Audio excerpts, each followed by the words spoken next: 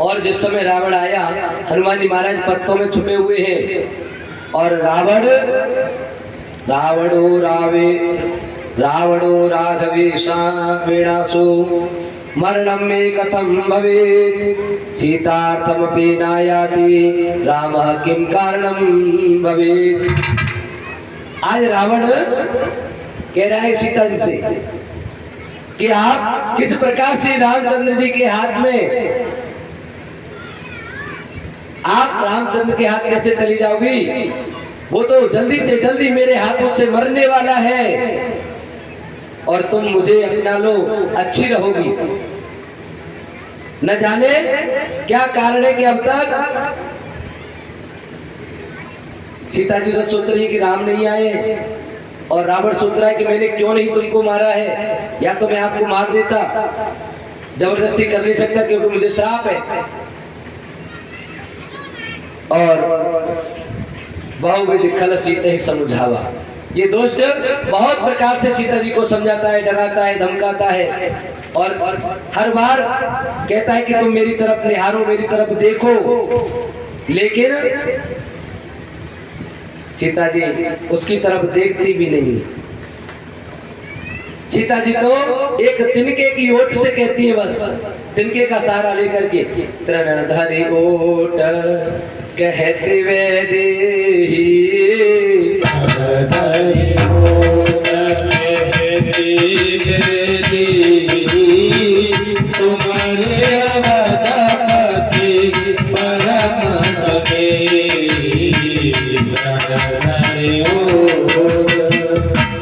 उस तिनके की ओर से माता जानकी कह रही है, हे रावण तुझको बिल्कुल भी लज्जा नहीं आती है? अरे तुझे तो चुल्लू और पानी में डूब के मर जाना चाहिए, तुझे लाज नहीं आ रही? अपने आप को बड़ा महान बता रहा है, अपने आप को बड़ा महान बता रहा है।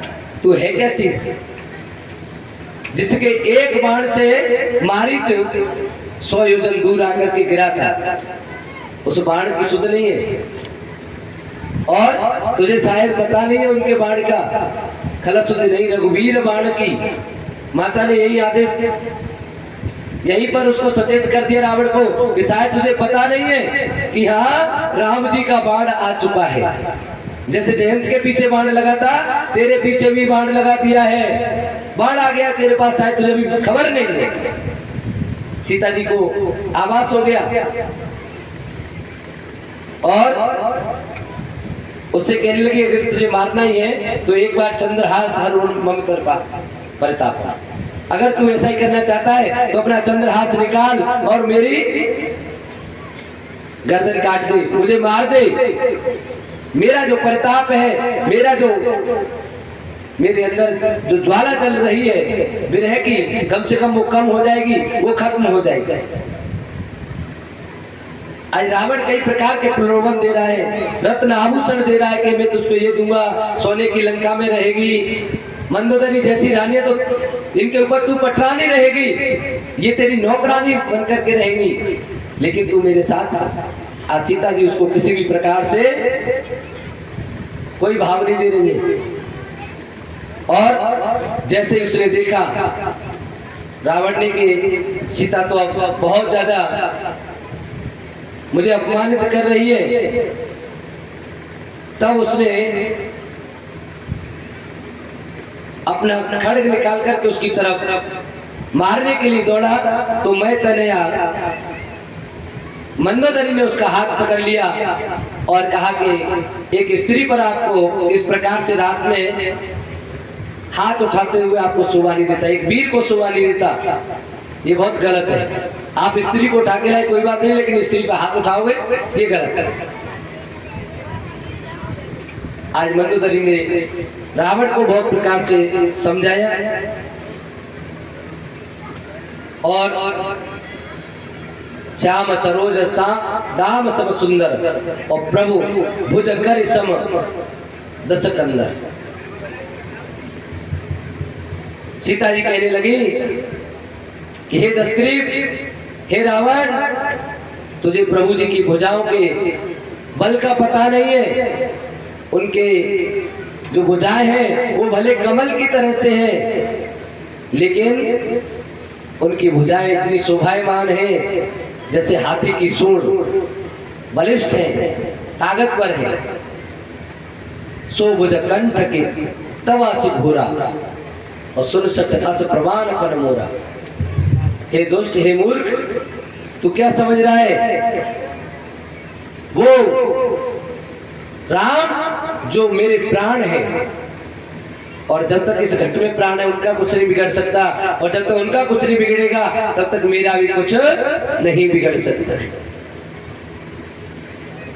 सुनत वचन पुण्य मारन धावा, मैं तनया कह नीति बुझावा। जब मारने के लिए गया तो मंदोदरी ने पकड़ लिया और नीति की बातें कहने लगी। आज रावण को बड़ा क्रोध आया और रावण कहने लगा, अपने साथ जो निशाचरियां लेके गया उनसे कहने लगा, सीता जी से संबोधित करते हुए कहने लगा, मां सदिवस महु कहा न माना तो मैं मारवे काढ़ कृपाना। अगर 1 महीने के अंदर तुमने मेरा कहना नहीं माना तो मैं इसी कृपाण से, इसी तलवार से तुमको मार दूंगा। अब तो माता जानकी को बड़ा दुख हुआ। रावण तो इस तरह कहकर के पैर पटकता हुआ चला गया, मंदोदरी इत्यादि चली गई। अन्य राक्षस और राक्षसियों से कह गया कि किसी भी प्रकार से इसको समझाओ, बुझाओ, साम दाम दंड भेद की सारी नीतियां इसको अपनाओ और इसको मेरी भार्या बनने के लिए प्रेरित करो। आज सभी राक्षस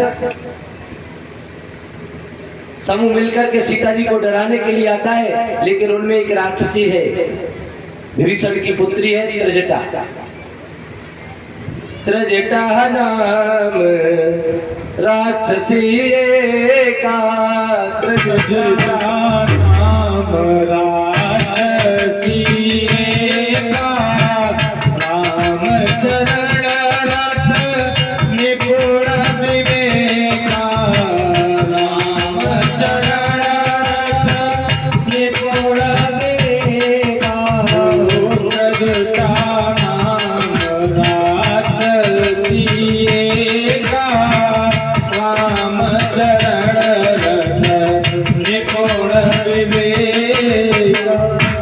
जैसे जाके नदी नवारे तैसे ताके भरिका, और जैसे जाके मयुवाब तैसे ताके लरिका। यही होता है ना। तो जैसे विभीषण वैसे उनकी पुत्री है। राम को गुण गाने वाले विभीषण है, उनकी पुत्री त्रिजटा। उनमें भी राम के प्रति बहुत अनुराग है, बहुत प्रेम है। वो भी राम से बड़ा स्नेह करती है, वो भी राम को अपना इष्टदेव बना करके और उनको ध्याती है, पूजन करती है। ऐसी त्रिजटा कहने लगी अन्य राक्षसियों से, अरे बहनाओ, आप सीता को दुख मत दो, अरे इनकी सेवा कर लो। दूसरे राक्षस लोग कहने लगे, क्या बात कर रही हो? अगर हम इसकी सेवा करेंगे तो रावण हमको मार देगा। अरे तुम्हारा तो ताऊ है, तुमसे तो कुछ नहीं कहेगा, हमें तो मार देगा। त्रिजटा कहने लगी, अब ताऊ बाऊ कछु ना सब, अब जाए भाई कछु समय में। आज ही मैंने कैसो सपनों देखो है, ऊपर हनुमान जी सुन रहे हैं। अब वो सोच रहे हैं कि सब काम की कही थी लंकिनी ने, सब काम कौन सो करनो, अभी तक दूसरा काम तो कुछ मिलो ना। अब हनुमान जी के लिए काम बता रही है त्रिजटा। राम कृपा से अपने आप रास्ता मिलते जाते हैं और अपने आप मंजिलें भी मिल जाती हैं,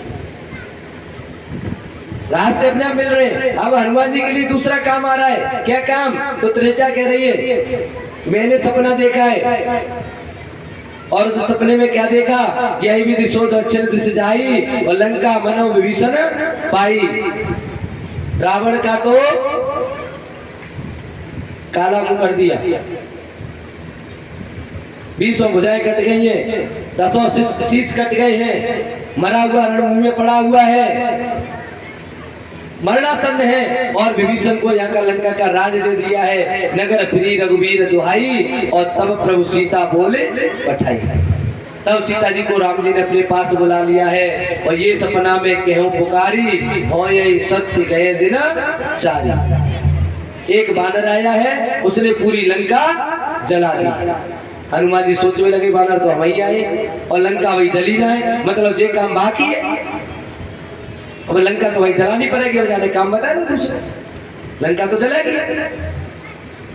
जैसे इतना इतना कहा, सब राक्षसियां डर गई, और डरने के बाद सीता जी के चरणों में पड़ी और वहां से अपने अपने घर को चली गई। अकेली त्रिजटा रह गई। तो सीता जी कहने लगी हाथ जोड़कर, त्रिजटा सन बोली कर जोरी, माँ तो विपत संगिर तो मोरी। हे मैया, आप मेरी संगनी हो, आपने विपत्ति में मेरा सहयोग किया है, आप माता के समान हो, और आप एक काम और मेरा कर दो। बोले क्या? आने काठर जो चिता बनाई, आने काठर चिता बनाई, माँ तो अगर कोनी देहु लगाई, माँ अगर कोनी देहु लगाई, सत्य कहाँ सयानी, सत्य प्रीति सयानी, सुने को सुलग समानी, सुने को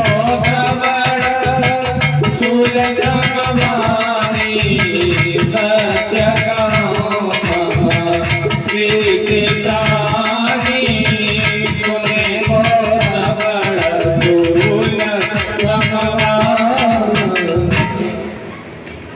आज मैया कहने लगी, इस रावण की, इस दुष्ट की बार बार इस प्रकार की चुभने वाली बातों को मैं कब तक सहन करती रहूंगी? मुझ पर इसकी बातें वो सहन नहीं होती है। इसीलिए हे मैया, तुम एक काम करो, थोड़ी सी लकड़ियां ले आओ, उनको इकट्ठा करके मेरी चिता बना दो और उसमें आग लगा दो। मैं इस शरीर को खत्म करना चाहती हूँ। त्रिजटा कहने लगी कि तुम इस प्रकार से क्यों बिलख रही हो? तुम इस प्रकार से अपने शरीर को क्यों खोना चाहती हो? क्योंकि यदि तुम इस प्रकार से अपना